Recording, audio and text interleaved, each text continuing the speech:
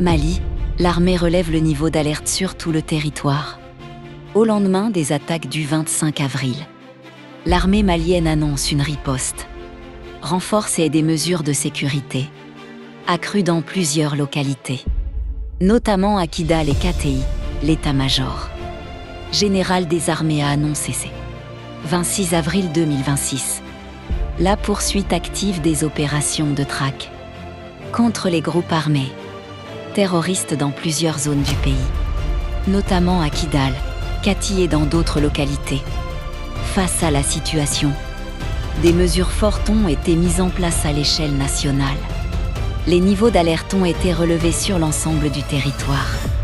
Des couvre-feux instaurés dans certaines zones, tandis que les patrouilles ont été intensifiées et les points de contrôle renforcés afin d'assurer une surveillance accrue. L'état-major a également tenu à saluer la réactivité et la combativité des forces de défense et de sécurité, tout en les exhortant à maintenir un haut niveau de vigilance dans la conduite des opérations. Bamako, le gouverneur instaure un couvre-feu de 72 heures. Le gouverneur du district de Bamako, Coulibaly, a décrété l'instauration d'un couvre-feu sur toute l'étendue de la capitale. La décision est entrée en vigueur à compter de sa date de signature ce samedi 25 avril 2026. Cette mesure est fixée pour une durée de 72 heures, allant de 21 heures à 6 heures du matin. Elle est toutefois reconductible en cas de nécessité, précise le document. Les autorités entendent ainsi renforcer la sécurité et prévenir tout trouble à l'ordre public, alors que plusieurs incidents ont été signalés dans la capitale et dans certaines régions du pays.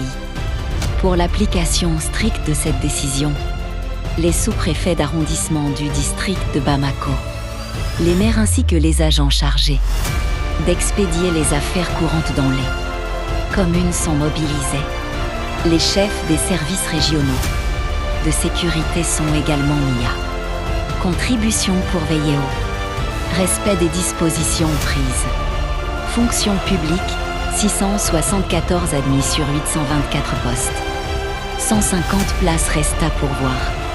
24 heures après la publication des résultats du concours d'entrée à la fonction publique, le ministre du Travail, de la fonction publique et du dialogue social, le docteur Fassoun Coulibaly, a animé un point de presse le vendredi 24 avril dans la salle de conférence de son département.